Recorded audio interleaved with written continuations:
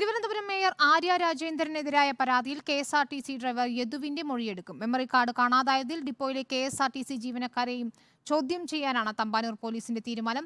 Bus ടെർമിനലിനുള്ളിലെ CCTV ദൃശ്യങ്ങളും പരിശോധിക്കും.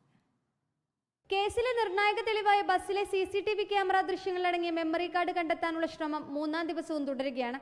Memory card എടുത്തു മാറ്റിയത് തിരുവനന്തപുരം സെൻട്രൽ ഡിപ്പോയിൽ നിന്നാവാമെന്ന പ്രാഥമിക നിഗമനത്തിലാണ് അന്വേഷണ സംഘം. കെഎസ്ആർടിസിയുടെ ആഭ്യന്തര അന്വേഷണവും ഇക്കാര്യത്തിൽ തുടരുന്നുണ്ട്. ഇതുമായി ബന്ധപ്പെട്ട് കഴിഞ്ഞ ദിവസം ഫോറൻസിക് സംഘം കെഎസ്ആർടിസി ബസ് പരിശോധന നടത്തിയിരുന്നു.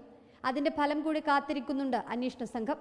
അതേസമയം മെമ്മറി കാർഡ് കാണാത്ത പശ്ചാത്തലത്തിൽ മേയർ കൊടുത്ത പരാതിയിൽ അന്വേഷണം എങ്ങനെ മുന്നോട്ടു പോകുമെന്ന സംശയത്തിലാണ് കന്റോൺമെന്റ് പോലീസ് ഉള്ളത്. എന്നാൽ മേയർക്കെതിരായ ഡ്രൈവർ യദുവിന്റെ പരാതിയിൽ കന്റോൺമെന്റ് ACP പ്രാഥമിക അന്വേഷണം ആരംഭിച്ചിട്ടുണ്ട്.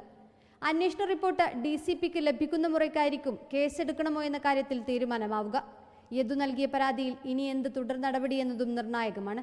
റിപ്പോർട്ടർ, തിരുവനന്തപുരം.